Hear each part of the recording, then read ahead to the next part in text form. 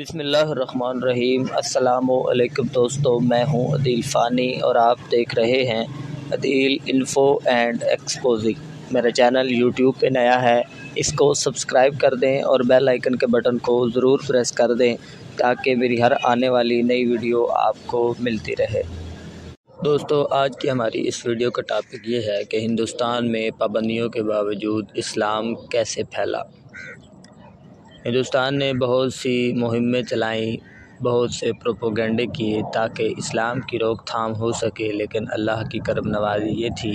کہ انہوں نے جتنے پروپیگنڈے کیے، جتنی مہمیں چلائی، اتنے ہی اسلام پھیلتا گیا۔ ہندوستان میں اسلام کے اشاعت کے سلسلے میں جو اعتراضات کیے جاتے ہیں، بالعموم وہ وہی ہیں جو پوری دنیا میں اسلام کے پھیلنے کے سلسلے میں کیے جاتے ہیں۔ حضرت محمد صلی اللہ علیہ وآلہ وسلم سے لے کر بعد کے جتنے مسلمان فرمان رواؤں نے دنیا کے جن جن علاقوں میں حکمرانی کی، ان میں بیشتر کے سلسلے میں یہی الزام عائد کیا جاتا ہے کہ ان حکمرانوں نے تلوار کے ذریعہ اسلام کو پھیلایا۔ البتہ یہ اعتراض ہندوستانی افق پر زیادہ واضح نظر آتے ہیں، مگر تعجب کی بات یہ ہے کہ ان اعتراضات کی ابتدا اس وقت ہوئی جب مسلمان حکمرانوں کی تلواریں زنگ آلود ہو چکی تھیں۔ دور جدید میں یورپ نے اپنی سیاسی اغراض کے لیے اسلام پر جو بہتان تراشے ہیں، ان میں سب سے بڑا بہتان یہ ہے کہ اسلام ایک خونخوار مذہب ہے اور اپنے پیرووں کو خون ریزی کی تعلیم دیتا ہے۔ اس بہتان کی اگر کچھ حقیقت ہوتی تو قدرتی طور پر اسے اس وقت پیش ہونا چاہیے تھا جبکہ پیروان اسلام کی شمشیر خارا شگاف نے آ کر کرۂ زمین میں ایک تہلکہ برپا کر رکھا تھا، اور فی الواقع دنیا کو یہ شبہ ہو سکتا تھا کہ شاید ان کے یہ فاتحانہ اقدامات کسی خون ریز تعلیم کا نتیجہ ہوں گے۔ مگر عجیب بات یہ ہے کہ اس بہتان کی پیدائش آفتاب عروج اسلام کے غروب ہونے کے بہت عرصہ بعد قبل عمل میں آئی۔ اس کے خیالی پتلے میں اس وقت روح پھونکی گئی جبکہ اسلام کی تلوار تو زنگ کھا چکی تھی، مگر خود ان کے معجد یورپ کی تلوار بے گناہوں کے خون سے سرخ ہو رہی تھی، اور اس نے دنیا کی کمزور قوموں کو اس طرح نکلنا شروع کر دیا جیسے کوئی اژدہا چھوٹے چھوٹے جانوروں کو ڈستا اور نکلتا ہو۔ اگر دنیا میں عقل ہوتی تو وہ سوال کرتی کہ جب لوگ خود امن و امان کے سب سے بڑے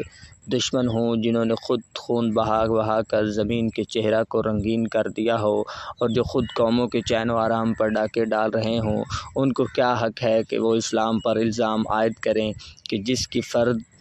جرم خود ان پر لگنی چاہیے۔ عالمی افق پر یا پھر ہندوستانی تناظر میں دیکھیں تو معلوم ہوگا کہ اشاعت اسلام سے متعلق اس پروپیگنڈے کے باوجود اسلام ہر جگہ تیزی سے پھیل رہا ہے۔ حالانکہ اسلام کے علاوہ اور بھی بہت سے مذاہب ہیں جن کے ماننے والوں کی تعداد بہت ہے۔ خود ہندوستان میں اسلام پر روک لگانے کے لیے بڑی بڑی تنظیمیں کام کر رہی ہیں، اور اس سے متعلق لوگ بڑی تعداد میں پورے ہندوستان میں پھیلے ہوئے ہیں۔ باوجود اس کے انہیں اس میں کامیابی نہیں مل رہی۔ ہندو مذہب کے ماننے والے ہوں یا بدھ دھرم کے علم بردار، یا پھر جینی ہوں یا سکھ فرقوں کے لوگ، بحیثیت مذہب کے ان کی تعداد میں کمی ہو رہی ہے اور اسلام کے ماننے والوں میں اضافہ ہو رہا ہے۔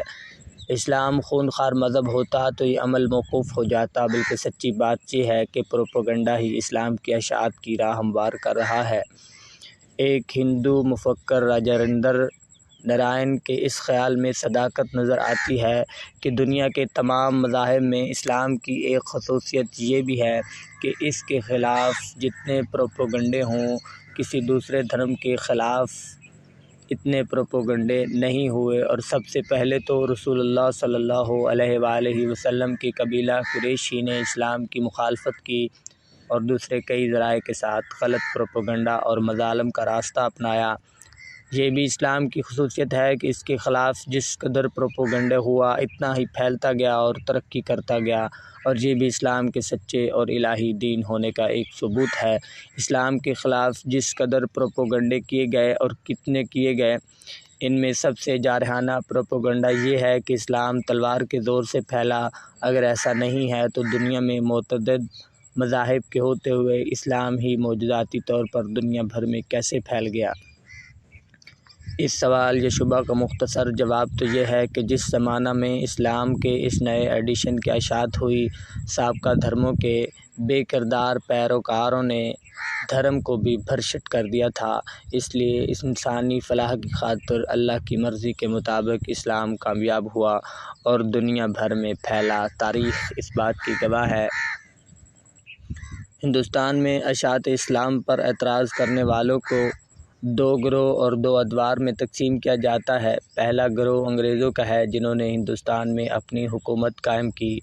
اور اس کے زیر سایہ عیسائی مشیزیوں نے تبلیغ عیسائیت کی منصوبہ بند کوششیں شروع کی۔ اسلام ان کے مقاصد کی تکمیل کی راہ میں ایک بڑی رکاوٹ تھا، چنانچہ انہوں نے اسلام پر عیسائیت کی بالاتری دکھانے کے لیے اس کے مختلف پہلوؤں پر جارحانہ حملے کیے اور اسلام کو ایک خون آشام، غیر متمدن اور فرسودہ مذہب ثابت کرنے کے لیے ایڑی چوٹی کا زور لگایا۔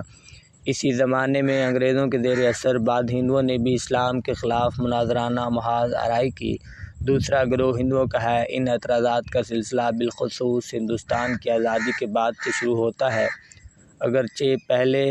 اس میں اتنی شدت نہ تھی جتنی کہ بعد کے زمانے میں یا عہد حاضر میں پائی جاتی ہے۔ ایک خاص جماعت جو ہندو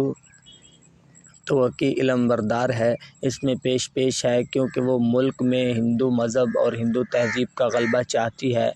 یہ لوگ باوجود اپنی تمام تر کوششوں کے نہ تو مسلمانوں کو حلقہ بگوش کر سکے ہیں اور نہ ہی اپنے مذہب اور اپنی تہذیب کو اسلامی تہذیب کے مقابلہ میں برتر ثابت کرنے میں کامیاب ہوئے ہیں۔ اس لیے اب انہوں نے یہ منصوبہ بنایا ہے کہ اسلام میں زبردستی خامیاں نکالی جائیں اور پروپیگنڈے کے زور پر عوام کے سامنے اسے بھیانک شکل میں پیش کیا جائے۔ اس کے لیے اب انہوں نے ٹی وی چینلوں، ڈراموں، افسانوں، فلموں، قصوں، کہانیوں اور جھوٹی تاریخ نویسی کا سہارا لیا اور وہ مختلف قسم کے بے بنیاد بلکہ خیالی مناظر کے ذریعہ پروپیگنڈا پھیلا کر لوگوں کو گمراہ کر رہے ہیں۔ ہندوستان میں اشاعت اسلام سے متعلق بالعموم جو اعتراض کیے جاتے ہیں، اس کا شاخسانہ اول وہ لٹریچر ہے جو انگریزوں نے ایک سوچی سمجھی پالیسی کے تحت تیار کیا، جس کا خاص مقصد یہ تھا کہ یہاں کی دو بڑی قومیں ہندوؤں اور مسلمانوں کو، جو کہ عرصہ دراز سے پرامن ماحول میں روادارانہ طریقے سے زندگی بسر کرتے آ رہے ہیں، ان کے درمیان منافرت کی آگ بھڑکا دی جائے تاکہ وہ ایک دوسرے سے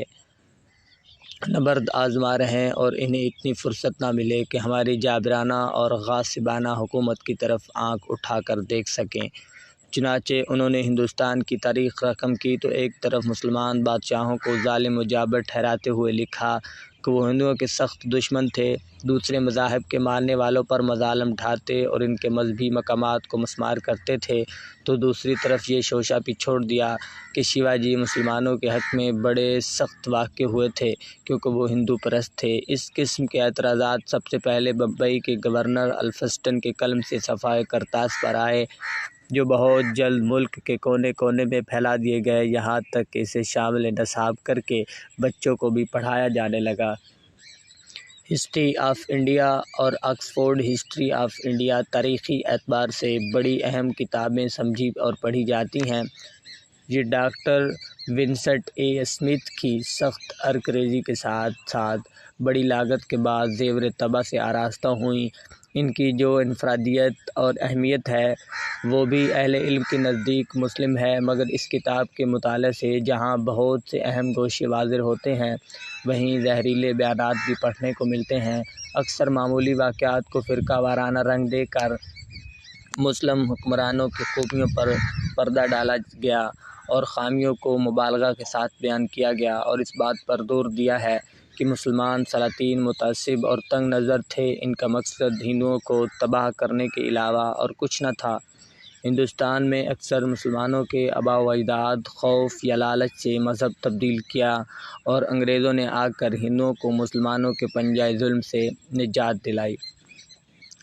ایلیٹ اور ڈاؤس نے ہندوستان کی جو تاریخ لکھی، اس میں بھی فرقہ وارانہ روش اختیار کی گئی۔ اس کے دپاچہ میں نہ صرف مسلمان بادشاہوں کو ظالم و جابر ٹھہرانے کے لیے پوری علمی توانائی استعمال کی گئی، بلکہ پیغمبر اسلام صلی اللہ علیہ وآلہ وسلم کی شخصیت کو بھی مجروح کیا گیا۔ ایسا انہوں نے کیوں کیا، اس کی وضاحت خود مصنف نے کتاب کے دیباچے میں کر دی، جو مصنف کی بڑی لغزش تھی، جس کے متعلق پروفیسر خلیق احمد نظامی نے لکھا ہے کہ ہمیں ایلیٹ کا مشکور ہونا چاہیے کہ اس نے اپنے مقاصد کا اظہار ایک عرض داشت میں انگلستان کی حکومت سے کرنے کا فیصلہ کیا۔ اس عرض داشت کو بعد میں کتاب کا جزو بنا کر شائع کیا گیا، بغیر یہ سوچے سمجھے کہ مشترکین کے خلاف یہ سب سے بڑی دستاویز ہے جو ان کے مفسدانوں کے ثبوت میں پیش کی جا سکتی ہے۔